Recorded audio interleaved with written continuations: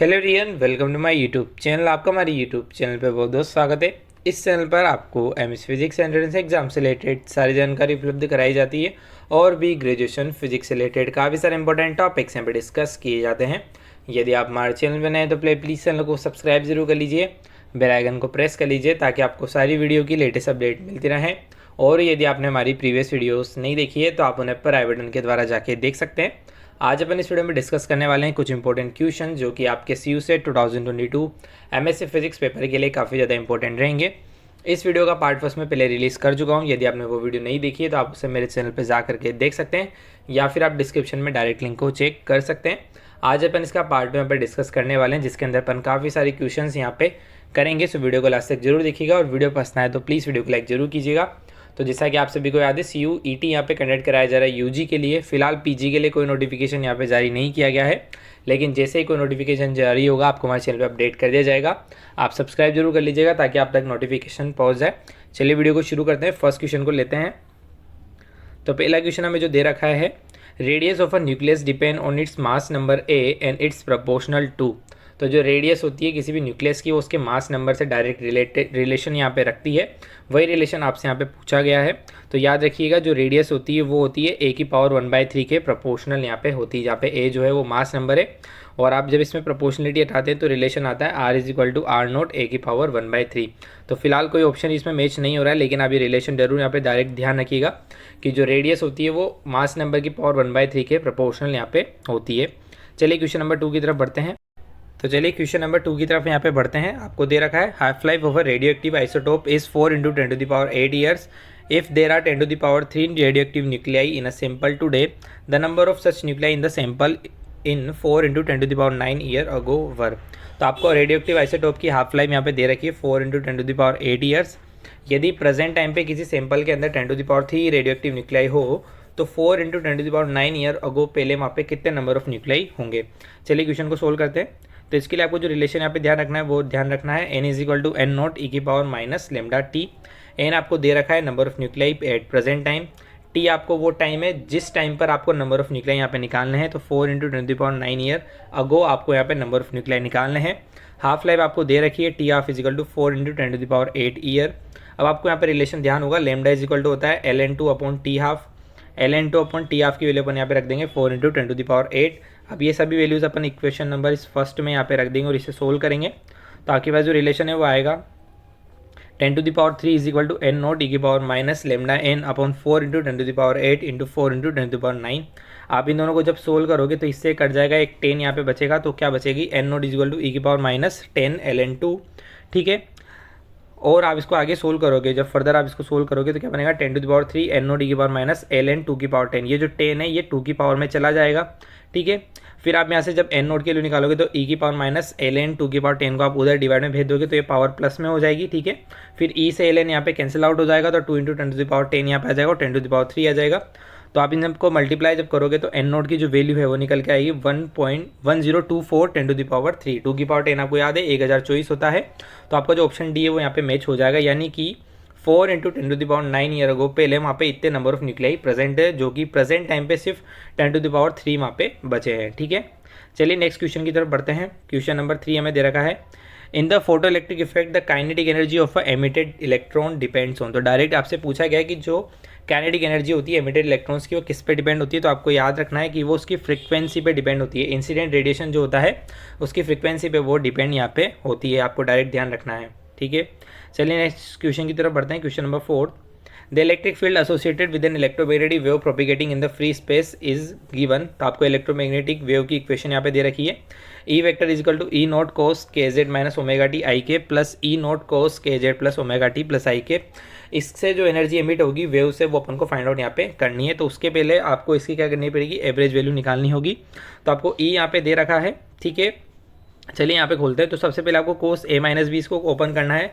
तो क्या रिलेशन आएगा, cos a cos b plus sin a sin b। फिर यहाँ पे cos a plus b open करना है तो वो आएगा cos a cos b minus sin a sin b। इसको जब आप सोल्व करोगे तो आप देख सकते हो यहाँ पे दो वैल्यूज़ जो है वो कैंसिल आउट हो जाएगी, sin kz ωt और sin kz ωt। ये वैल्यू आपस में यहाँ पे कैंसिल आउट हो जाएगी और क्या बचेगा 2 cos kz cos ωt। ठीक है, इसका आप स्क्वायर कर लीजिए दोनों तरफ का, तो इधर भी e² आ जाएगा और इधर आ जाएगा 4 E0² cos² kz और कोस स्क्वायर ओमेगा टी। अब कोस स्क्वायर ओमेगा टी का यदि आप एवरेज लोगे तो उसकी वैल्यू 1/2 आती है, ठीक है। फिर एक बार आपको एवरेज यहाँ पे ले लेना है, तो 2 से ये 4 कैंसिल आउट हो जाएगा, ठीक है। और आपके पास जो एवरेज ऑफ ई स्क्वायर है वो कितना आएगा, 2E0 कोस स्क्वायर के जेड, ठीक है। फिर आप वापस कोस स्क्वायर की आप वैल्यू जब रखोगे एवरेज वैल्यू, तो वो भी 1/2 आएगी। फिर 2 से 2 भी कैंसिल आउट हो जाएगा, तो ई स्क्वायर किसके बराबर हो जाएगा, E0 स्क्वायर के बराबर हो जाएगा। अब आपको यहाँ पे रिलेशन याद होगा कि जो यू होता है वो कितना होता है, half epsilon naught E square होता है, ठीक है।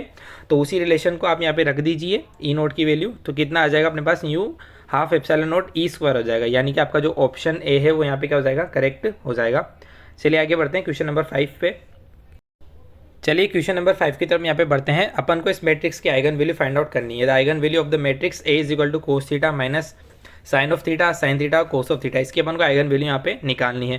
तो आइगन वैल्यू निकालने के लिए आपको याद होगा सबसे पहले आपको ए माइनस लेमडा आई की वैल्यू यहाँ पे निकालनी है। यानी कि जो लेमडा है उसको आपको 2x2 की यूनिटरी मैट्रिक्स से मल्टीप्लाई करना है, फिर उसको ए से सब्ट्रैक्ट करना है। जब आप ऐसा करोगे तो आपके पास रिलेशन आएगा cos theta minus lambda minus sine of theta, sine theta, cos theta minus lambda. फिर आप इसका जब डिटर्मिनेंट यहाँ पे निकालोगे तो आपके पास ये रिलेशन यहाँ पे निकल करके आ जाएगा, ठीक है। यहाँ पे कोस थीटा माइनस लेमडा, इसका आप स्क्वायर खोल दीजिए तो क्या होएगा, A square plus B square minus 2ab से ये रिलेशन खुल जाएगा, ठीक है। फिर आप यहाँ पे देख सकते हैं cos square theta sine square theta मिलकर 1 बन जाएगा, और क्या बचेगा, lambda square minus 2 lambda cos of theta plus of 1। तो ये लेमडा के अंदर अपन को क्वाड्रेटिक इक्वेशन देखने को मिल जाएगी, जिसका जो सोल्यूशन होगा वो श्रीधराचार्य फॉर्मूला से आप निकाल सकते हैं। Minus B plus minus B square minus 4ac, value रख दीजिए। माइनस ऑफ बी की वैल्यू कितनी है, माइनस का 2 लेमडा 2 कोस ऑफ थीटा है, प्लस माइनस यहाँ पे बी का स्क्वायर करना है, यानी कि 2 कोस थीटा का square 4 cos square theta minus 4, ठीक है। 4ac की वैल्यू जो आप यहाँ पे रखोगे, ठीक है। तो ऊपर क्या रिलेशन आ गया, cos square theta minus of 1। अब आपको ये रिलेशन याद है, sine square theta plus cos square theta बराबर 1 होता है। तो यदि आप यहाँ से साइन स्क्वायर थीटा की वैल्यू निकालोगे तो 1 माइनस कोस स्क्वायर थीटा आएगा। लेकिन यहाँ पे क्या है, cos square theta minus of 1 है, तो आप इसको क्या लिख सकते हैं, माइनस इसमें से कॉमन ले लीजिए, तो क्या आएगा 1 माइनस कोस स्क्वायर थीटा, जिसे आप लिख सकते हैं साइन स्क्वायर थीटा। फिर उसका जो रूट लोगे आप तो वो साइन ऑफ थीटा आएगा, और जो माइनस आपने कॉमन लिया था वो आयोटा में यहाँ पे चेंज हो जाएगा।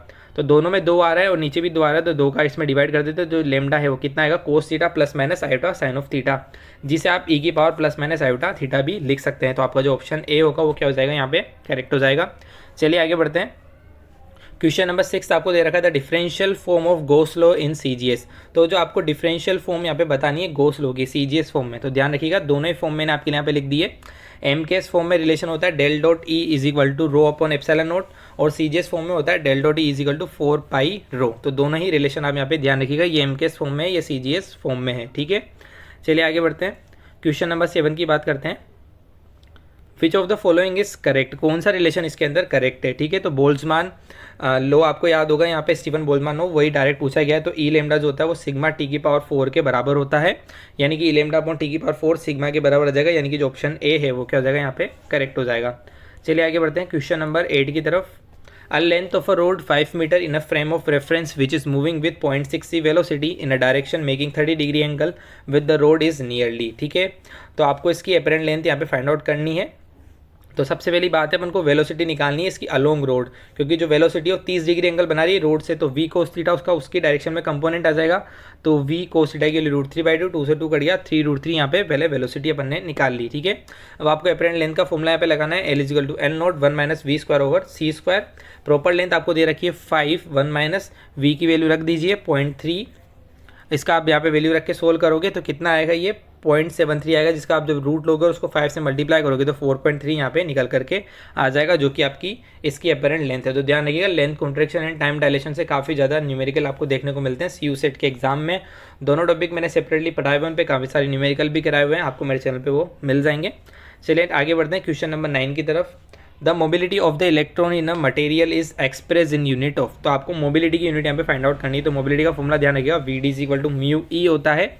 आपको यहाँ पे म्यू की वैल्यू निकालनी है, तो VD/E हो जाएगा। VD क्या है, ड्रिफ्ट वेलोसिटी है, तो वेलोसिटी का आपके पास यूनिट क्या होती है, मीटर पर सेकेंड, और जो E है वो इलेक्ट्रिक फील्ड है, तो उसकी यूनिट क्या होती है, वोल्ट पर मीटर होती है, ठीक है। तो इसकी जो यूनिट है वो कितनी आ जाएगी, मीटर स्क्वायर वोल्ट सेकेंड यहाँ पे निकल करके आ जाएगी, जो कि आपकी क्या है, म्यू की यूनिट है, ऐसा यूनिट है।